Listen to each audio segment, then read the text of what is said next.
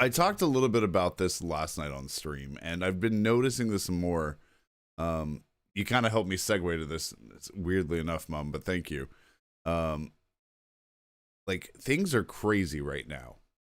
I don't know if you knew that, but I'm just gonna let you know things are crazy. That's all. Thanks for watching, everybody. I'm your mediocre Twitch host. No, but I've been having this feeling for a while. That just like technology. Don't like.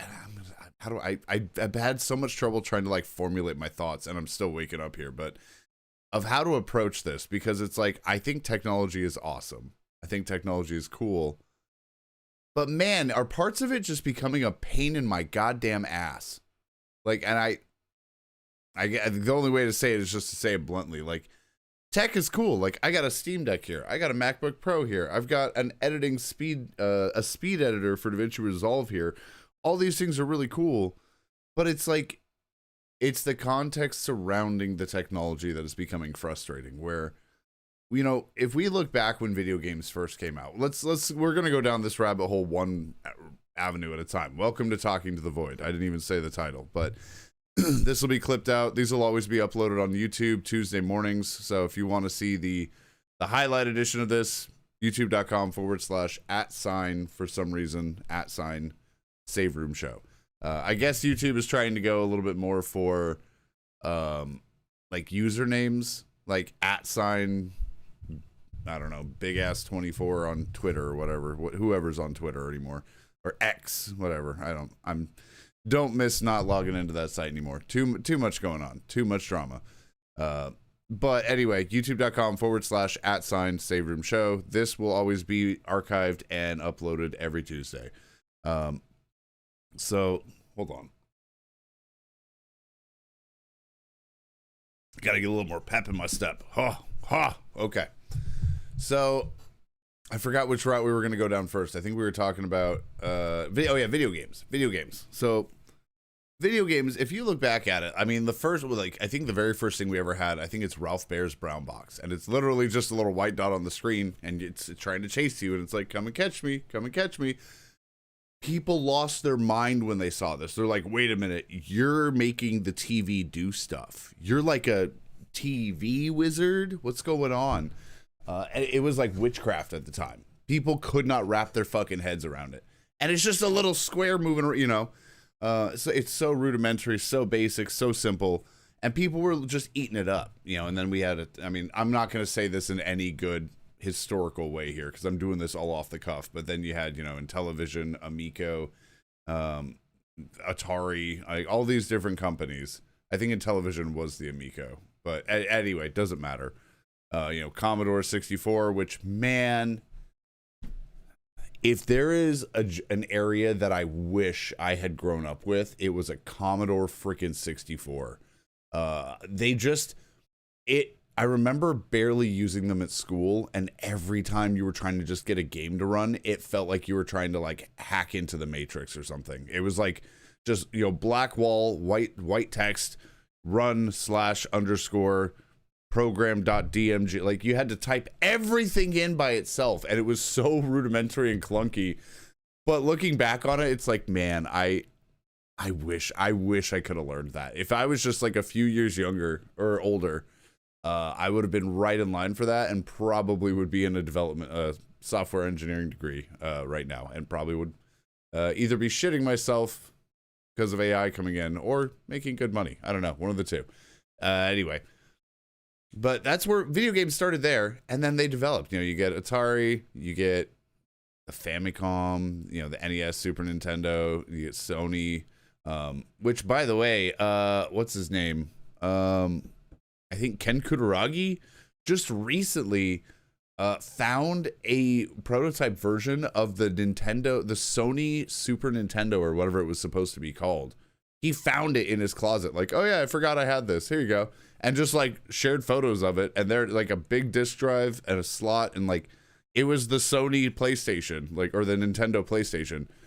Just had the prototype, so we'd always heard like they were trying to work together, but now we know and see the actual model, which I never saw before. Maybe that's old news. I don't know. But anyway, video games just kept growing. Like as a kid, I really started getting into games in N64 era because that was, hey, I keep picking this up to take a sip. I'm just going to take a sip.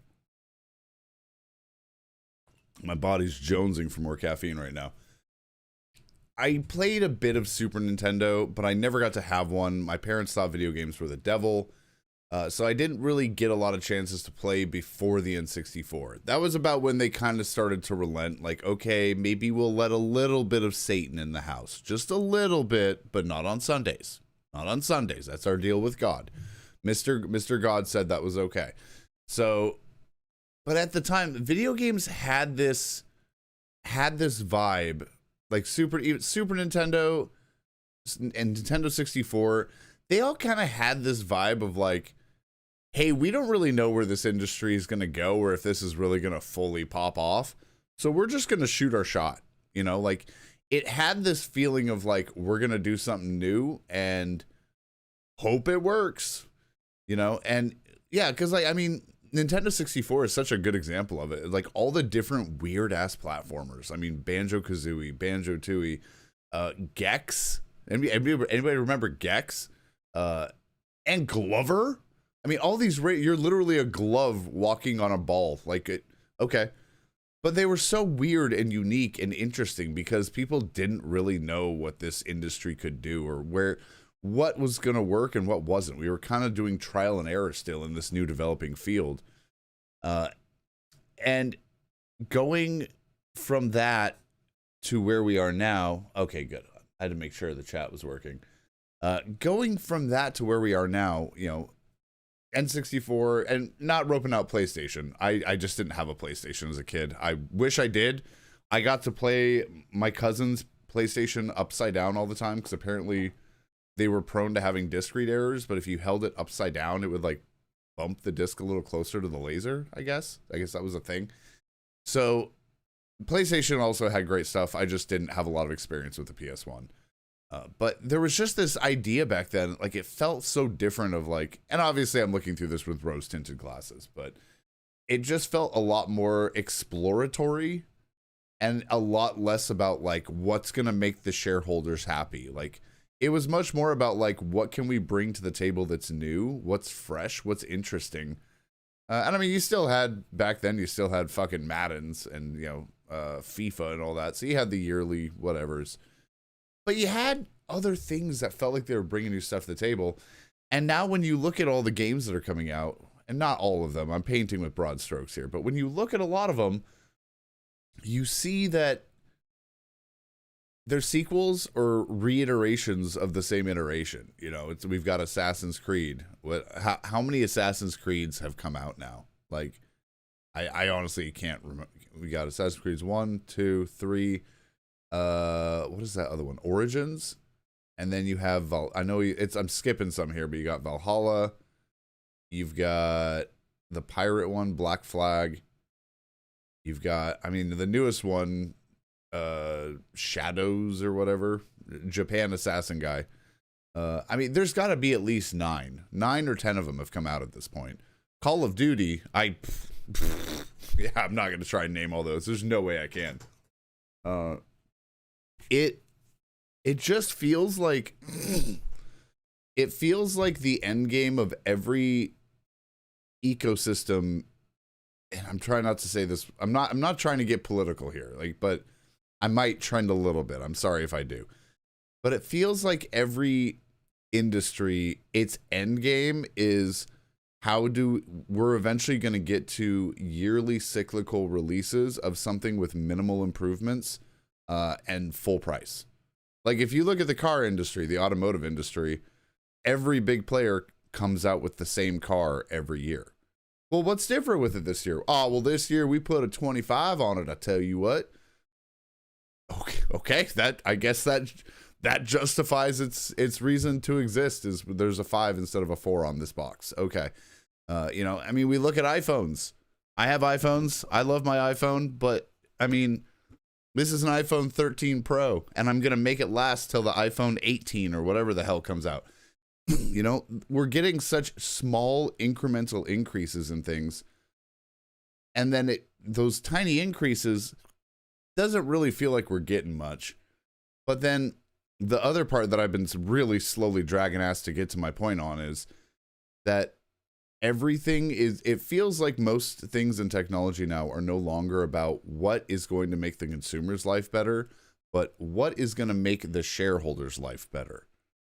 You know what I mean? Like, hey, we want to, like, Apple is notoriously guilty of this. As somebody that has Apple products, I will put them on blast 100% for this. Like, hey, let's make some things for ease of use, like AirPlay, where you can get your phone and I can screen share this right over to my Mac or over to the Apple TV, or vice versa. Or one thing that's actually really cool with an iPhone now is with OBS, you can do, I don't think it's called handoff. It's like a virtual camera. I can wirelessly connect my phone to my laptop, which it is connected right now.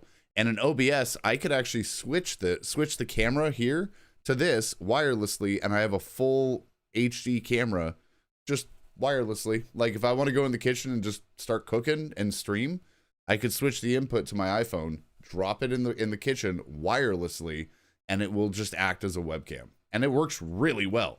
So Apple does cool stuff, but then they also do the ecosystem of, like, we're making this walled ecosystem where you will be happy here. You will partake of all the fruits that Apple gives to you to think differently.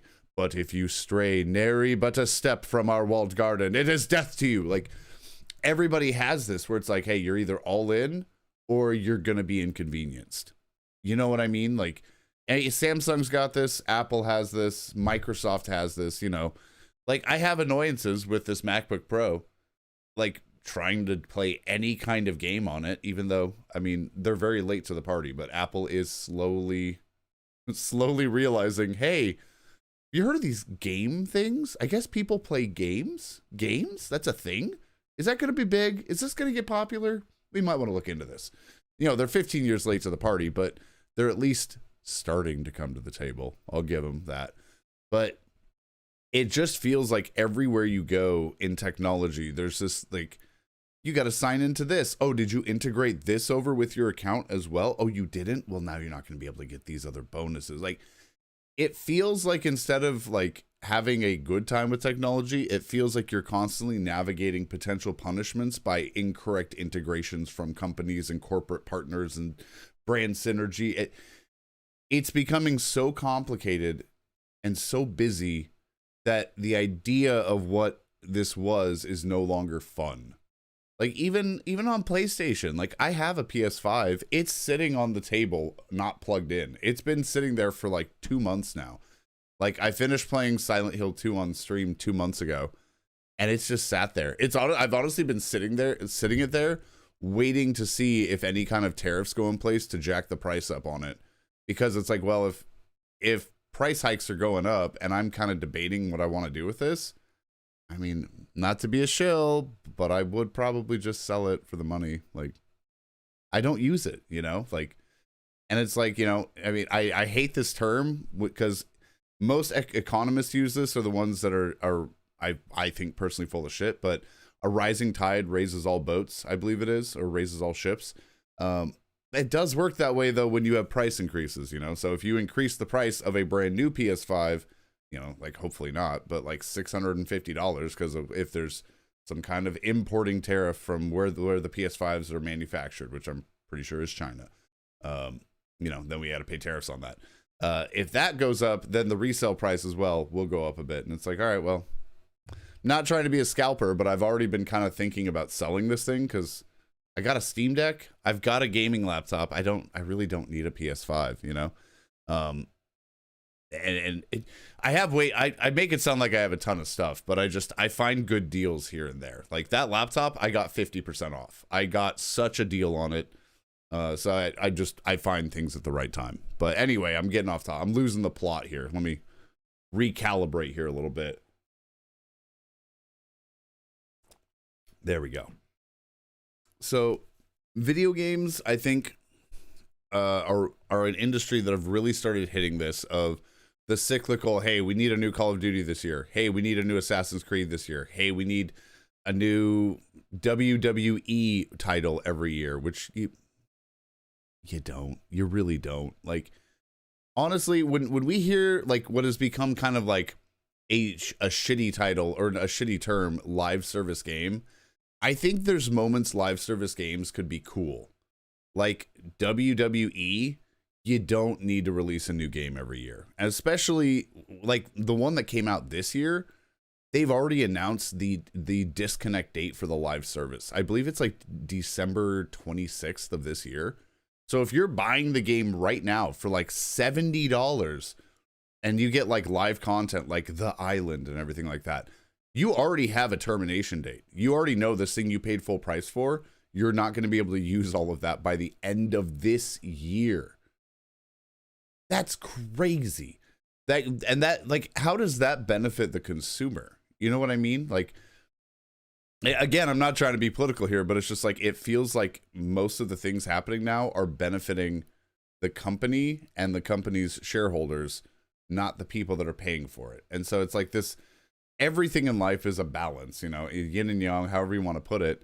It feels like this is getting really out of balance of like, hey, this is more for the shareholders or for the people that want to get wealth from the company versus the people that are actually buying the product to generate the wealth for the company.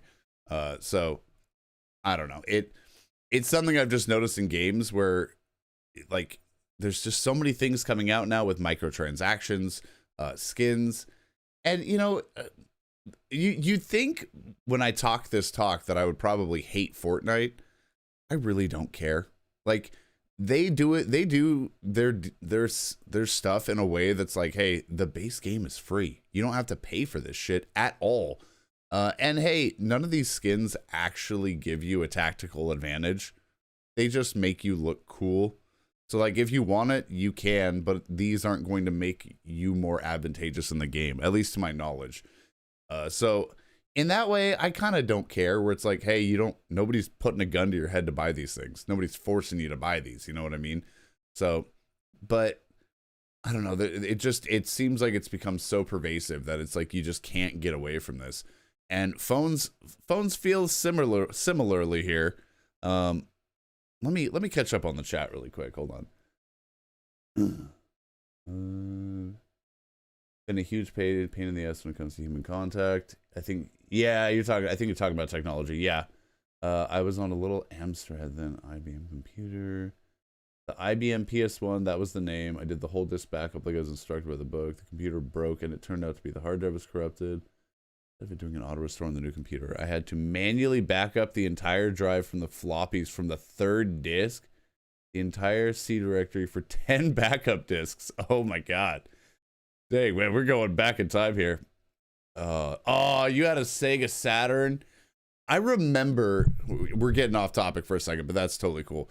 I remember when Sega Saturn came out, I was so confused by that because as a kid, I didn't get to be around video games very much. So like for a long time, it was like I had visitation rights to video games where we'd go to a store and I could sneak off for a second and go play one of the demo kiosks, you know, for like the Super Nintendo or some of them had like the Super Game Boy, like that red eye vision killer system. I remember playing that in stores being like, this is weird. Why does my head hurt? Fun game though. And I remember seeing the Sega Saturn, but all I knew of Sega at the time was Sega Genesis. Oh, hold on. There we go. And so I remember seeing the Saturn being like, wait a minute. And I just remember being confused. I was like, wait, don't they make the Genesis? What is this thing? And then like, you know, I played Knights, I think, where you're like the floating person with the purple hat or whatever. That was fun. It was a fun 5-minute demo. Had no idea what I was doing, but it looked cool. I remember that being like that was like a little core memory being like, whoa, this is a weird thing. Yeah, it's Sega. They pushed that so fast to come out as quickly as possible to compete, and it just unfortunately was dead on arrival. I think it was Sony that underpriced them, or was it Sega? I always get this backwards because it's a famous clip where one of them just announces something and then the guy comes out with the price and it's $100 cheaper than the other one. Hold on, let me look this up. It might have been the Saturn.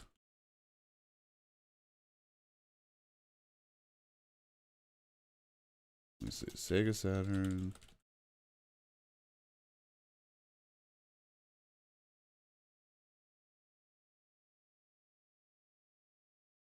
Maybe it was PlayStation 1. PS1, famous price. Oh, yeah. Okay, yeah. It was PS1 that undercut the Saturn. That's right. So, yeah, the Saturn was the more expensive one. But it looked cool. It was Sega's way of trying to compete with the PS1. And it came out before the PlayStation 1. That's right. Thank you, Mom. I remember, and that's why this was Sony's response when the guy just came up and just went $299, and it was like $100 cheaper than the Sega Saturn. That immediately was the death nail, whatever, the nail in the coffin, whatever you call it. That was it for the Sega Saturn. Yeah, they caught up. Sony realized, and they'd also been working with Nintendo on that console, that synergy console that never happened. So, you know, whatever. But anyway, yeah, I would love to check out the Saturn more, because it just seems like this console that never really got a chance to shine and was too expensive. It was too expensive. It was not supported enough, and Sega just bailed for the Dreamcast so fast, because it was underpowered compared to the PlayStation. So when the PlayStation came out, it was kind of like hey, this isn't going to last in a fight against it, unfortunately. Anyway, so back on to where I'm going with this too. So we got video games now, and not to make it seem like everything's doom and despair. There are a lot of great indie studios that are popping up right now. You know, you have, I always forget the name of the team. It's Video Game Donkey's company that's doing, you know, Spirit Well or Animal Well. They got another game they're cooking on right now. You know, you've got Pirate Software that's making some games, you know, Heartbound, and they've got another game that they're working on right now. So a lot of other different indie titles as well on Steam. Steam has made, you know, access to independent games really, really easy. Where, you know, back in the day, you'd have to go to like Game Jolt or something and find these files and download them, install them. And Steam just has access to all of that now. Steam makes things so easy. I love Steam. And so I do appreciate that there is a small bolstering community of independent creators out there. And I do think we're going to see a shift in tide as people get tired of the cyclical game cycle. We're going to see more and more people start going for indie games. So I think that's going to keep growing, and I hope it keeps growing, because, man, that is, to me, that's like the last bastion of creativity in the game industry right now. And I will give it to Nintendo. As much as I get frustrated by how they lock down their old library of games, they still bring new stuff to the table. Like when Nintendo drops a game, it's almost always a done, polished gem. Not always. They have their duds, but it's very rare. Like if you imagine if you get Call of Duty, I don't know where we're at, Call of Duty 7 now, or whatever it is. You pop that game in, you know there's going to be 100 gigabyte day one patch. Like you just know, hey, this is going to be a big patch. I'm going to go cook dinner because this is going to need 45 minutes to update bare minimum because of how big the day one patch is. Nintendo, you put it like Legend of Zelda Breath of the Wild, day one on the Switch. I think there was a patch that was like 100 megabytes. Like, hey, there's just this little thing. Oh, it's done. We're good. Enjoy. And it's done. It just goes. It just works. So to Nintendo's credit, even though I have issues with some of the other stuff in their very, very litigious legal department, I do appreciate that they bring new things to the table still, and they're not just focusing on graphics and microtransactions. I will give them that. There's other things I would love to see them enhance and develop on.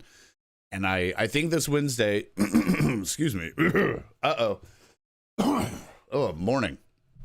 I think this Wednesday with the Nintendo Switch 2 Direct, which, Mom, I will be streaming this Wednesday at 8 a.m. So if you're still up, I think that'll be like 11 o'clock your time.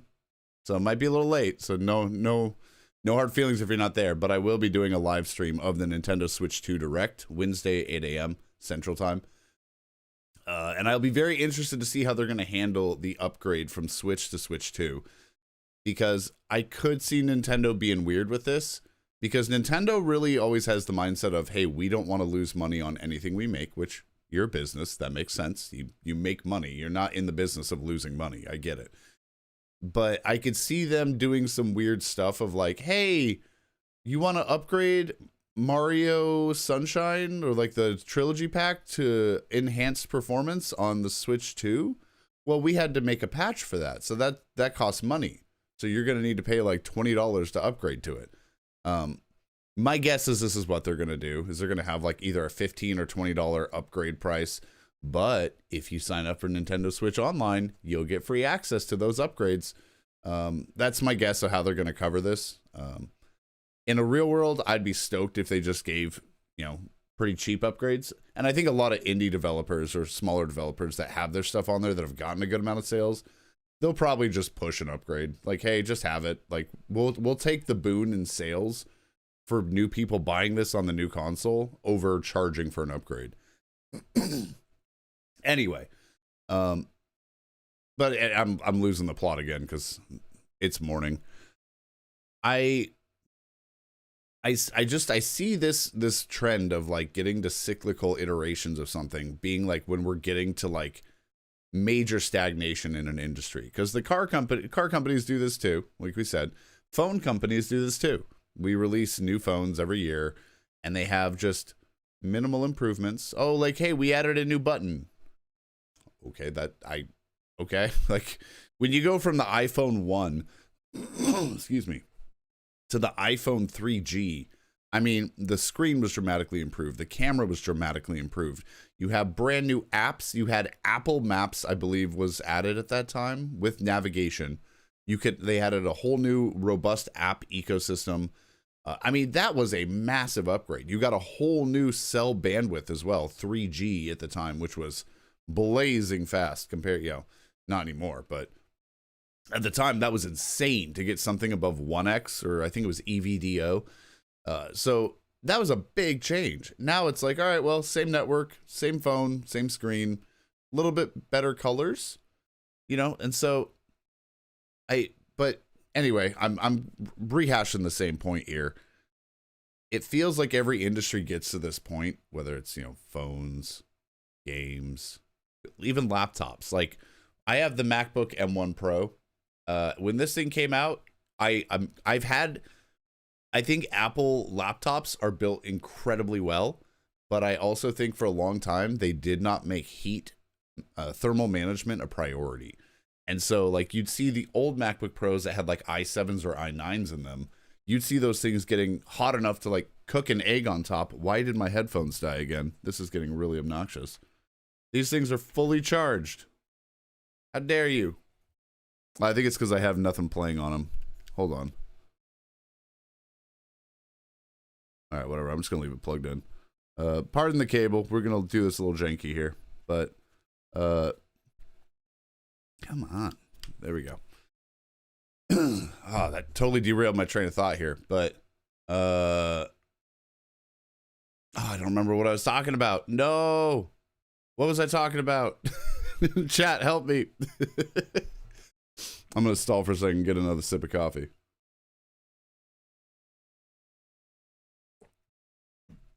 All right, well, it's gone. But I'm sure it was something about phones. Talking about minimal phone increases, improvements. Same with video games. Same with cars. Same with computers. Oh, MacBooks. Okay. You can't remember either. We're both tired. On different ends of the spectrum, though, right now. But the MacBooks. The i7, i9 MacBooks of the old body, they made them so thin that they like could not handle heat. And so those things would hit 100 Celsius so fast, they would have to thermal throttle themselves. So you could get a cheaper laptop that would outperform MacBooks because the MacBooks would get so hot. So that was my issue with like why I just wouldn't buy a MacBook Pro. I was like, they look great. They have incredible screens. They're incredibly well built, but they're so thin, they can't handle heat. And finally, when they launched the M1 Pro, Apple Silicon, they finally fixed it. They made the MacBooks a little chunkier. They added much bigger fans, much better ventilation, and a thermal voltage management system where the second that CPU is not in use, it cuts voltage to it. Like it immediately it has a really good power management system. So the second you're done with that processor, it starts cooling off quick, which also gives you a really good battery life because it's managing the voltage to it very quickly. So I appreciate that. The reason I'm bringing this up is now we're now at the M4 Pro, where we had M1 Pro, 2, 3, 4, you know, M4 Pro or M4 Max, M4, M3 Ultra, whatever, all the different lines of them. But we're kind of now getting to that same ecosystem of like, hey, new year, new processor, what's going on? Same with GPUs. And all of these things kind of have their own ecosystem, you know? You buy a GPU, you got to sign up for NVIDIA support or, you know, NVIDIA's, what is it called? They're the NVIDIA experience, you know, where that's the only way you can get driver downloads, and they want you to link your Steam account to optimize games, and everybody has their walled ecosystem to keep you there so you don't go looking somewhere else.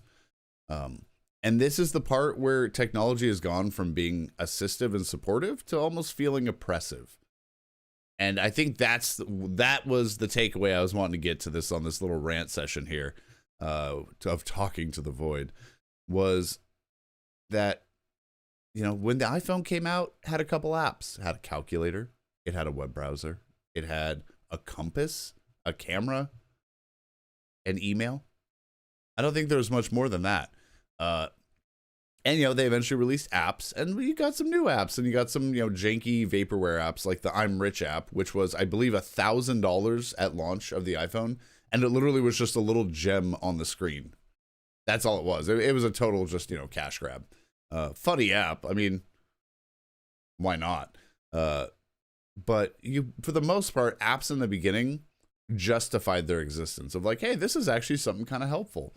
And there's still a lot of really helpful and interesting apps, but it's gone from being like a small pond of apps to an entire ocean of things you have to swim through now. Each one with their own permissions, their own accounts, their own, you know, location sharing, blah, blah, blah, blah, blah. And so, yeah, it's become this thing now where it's like, man, even downloading a new app, you're going to have to create an account. You're going to have to sign in. They want you to add all these permissions. You got to go manage background refresh. You got to make sure to ask it not to track your data and sell it to people, because it's now just assumed. We just assume that our data is always being sold, because it is. And we're just cool with it, I guess. So for a while, I've been kind of like just looking at like technology, even phones. Like the last iPhone that came out, it had a new camera button that kind of perked me up a little bit, I'll be honest. It has a haptic camera button where, you know, right where on a normal DSLR, you know, you have the actual shutter release button. The new iPhones have that button, but also it's haptic and touch sensitive. So if, like, you know, on a DSLR, if you want to change between like photo or manual or aperture priority or any of that, you can have a little knob to switch between. You now have a touch button where you can swipe between to go between like video, macro, cinema mode, time-lapse mode. It's not a big thing, but like as somebody that likes, you know, is a photographer, videographer, it's like a cool little nifty thing. Like, oh, that's kind of cool. So it's not a game maker. It's not revolutionizing anything, but it's a cool little touch. And, you know, they have some improvements on the camera sensors, better low light, a bigger zoom lens, a better screen. They have a USB-C. We finally have USB-C on deck on the iPhone. Thank you, European Union, for cracking down on that. The lightning cable, just let it die. Let it die. Just do everything USB-C. One cable connection, please. Like, I never even thought about the fact that you could hook up an external hard drive to an iPhone if you have a USB-C port. Like, if you use that to make like a movie, which you legitimately can, they got great cameras now. Excuse me. You can just hook up an external hard drive and record data right to it. Like, you know, using, what is that camera app? It's a really good one. I don't use it enough anymore. Filmic. Yeah, like using Filmic, you can do like raw 4K recording, or, you know, what is it, Apple ProRes. And with a USB external now, the newer cameras or the newer phones have the bandwidth to be able to just pump all that data right through USB-C to an external hard drive. That is awesome. So I kind of got to the point where I was like, oh, kind of starting to see enough upgrades where maybe I'd consider thinking about an upgrade. But I think about the ecosystem, and it's like, I don't want to stay in this ecosystem though. Like, I appreciate having a cool camera. I appreciate, having access to the internet. I really appreciate navigation. That's my biggest appreciation for technology, is just GPS navigation. If I didn't have that, I don't know how I would survive as an adult in this world. There's no way I would. I would be doomed. So I am immensely grateful for GPS navigation.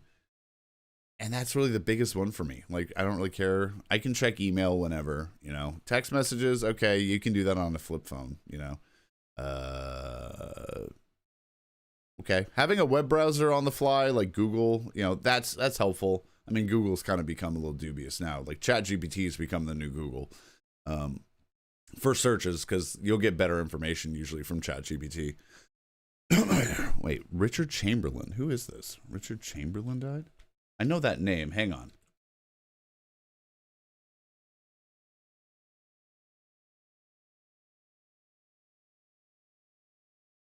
Oh. Yeah, I do know this guy. Oh no. I knew the name. I can never put a name and a face together.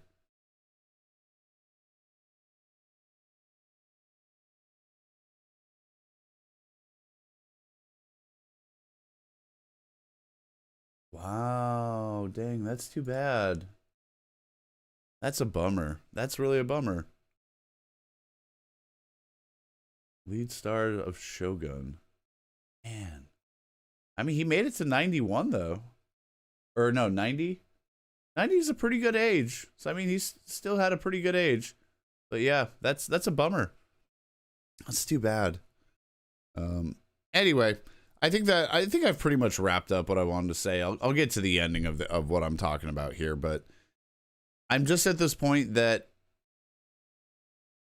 I don't really feel a major need to upgrade to a new phone, and we hit the point where Sony released the PlayStation 5 Pro, the PS Pro, whatever you call it, $700, and like nobody's biting. Like, I feel like I don't know a single person that picked that thing up. Every time I go to Walmart, they are just chilling on the shelves. Like, those PS Pros, I feel like they are not moving. I mean, maybe they are, but even looking at the reveal trailer for those, it was like, look at the breathtaking difference between the PS5 and the PS Pro. And it's like, okay, I mean, I'm looking close here. Couple lines there, maybe a little less jagged, maybe a little better frame rate. I can't really tell the difference. It's cool you made this. Hope someone buys it. I don't really know. But that's just kind of where we've gotten now, where it's like, you're still pushing out these new technology, the new phones, new consoles, but it's like, I don't really see a justifiable reason to upgrade to any of this anymore. Like, where do we go from here? I guess that's my main question, is where do we go from here? Because I've kind of honestly been legitimately thinking about going back to, like, whenever I make a next upgrade, hopefully not for a couple more years. I want this phone to last for a while. I am legitimately thinking about just getting a flip phone and then having some kind of iPhone without a data plan. Like, just basically treat it like an iPod Touch. Like, hey, I don't need a service plan for this. Leave it on airplane mode. Because I love being able to have, like, the good cameras on these, Like, this is great for doing media, live streaming, getting video or photos at theme parks and whatnot. That's awesome.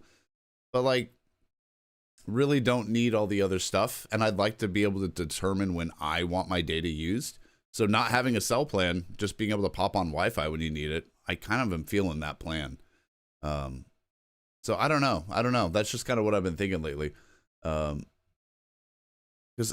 it feels like most technology is more about benefiting the company more now than benefiting the people. I don't know, maybe that's just me, but that's kind of where I've been lately. And it doesn't mean there's not cool stuff coming out. We're still seeing some amazing things being developed. Like right now in Japan, there is what is it called? The World's Fair or World Expo?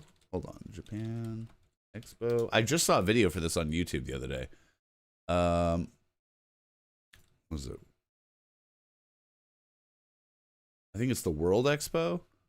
Yeah, it's in Osaka. Let me see. Osaka, Kansai, Japan. From April 13th to October 13th. I actually kind of want to go to this. This actually looks really cool. But to end on a positive, because I know I've kind of been harping here, there are still great things coming out. Like this shows a company that's literally just growing hearts out of algae. What? Like coming up with crazy technological advancements. There's also, I'm trying to remember, it was a video from like Japan's YouTube channel that was talking about some of the cool things that are going out here. Also, check this out when you got a second. I can't screen share this moment, but they have like gorgeous setups for this thing. They have this like grand ring that's made out of like handcrafted wood. It looks like the Apple campus, but it's all made out of wood. Like it is astonishing. If you want to check it out, it's expo2025.or.jp. And you can see like just how massive this installation is. It's really cool. But they're just talking about all these different technological innovations, and the whole thing this year is about like kind of like integrating with nature, like water, air, earth, or something like that. And all the different things that these companies are doing to like try to innovate off of these. And it was really cool. Like there's still cool stuff coming out. But in like these kind of technical ecosystems, it feels like these things are so locked down. So there's still cool things coming out in the world. It's just with companies that are creating walled gardens that they don't want you to leave, it feels like they're becoming more of a punishment than they are a benefit. So, I don't know. And I've been seeing a lot of YouTubers about this as well. Like videos like, you know, technology isn't fun anymore. Technology doesn't look weird anymore. You know, like we don't see consoles coming out anymore that are, you know, translucent or like, you know, clear purple or clear orange. Yeah, thanks for the stream, boo. Okay. Yeah. Nobody uses stream, boo. That's not a real site. You can't change my mind. But anyway, I'm just harping the same thing here, but that's just how I've kind of been feeling lately, that I still think technology is cool. I don't want to be a recluse, but I also want to try and like set some better boundaries with technology where like, I don't need a cell plan. Nah, you're good, mom. No sweat.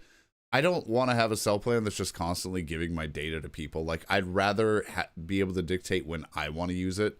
And also like, if I don't need an expensive cell phone plan, why not go to a cheaper one and just have a flip phone? Like, you know, we used to be so comfortable with like, hey, we'll hear back from them in a couple days. And now, like, if you message somebody and wait more than like an hour, it's like, oh no, are they mad at me? Are they upset? What's going on? Is somebody mad? Did I say something? Oh, I got to find out. You know, it's like, hey, they'll get back to you when they get back to you. We're all busy. We're all, you know, life's busy. So anyway, that's just kind of my rambling thoughts for the day. That's kind of where I was thinking about it. So like and subscribe, do your thing. I don't know where we go from here, but I don't know. Get a flip phone, live in the forest, make friends with raccoons, I guess. That's about all I got. So anyway, that's Talking for the Void this week. Talking to the void, talking for the void, talking in the void. Make your own choice. But that's about it.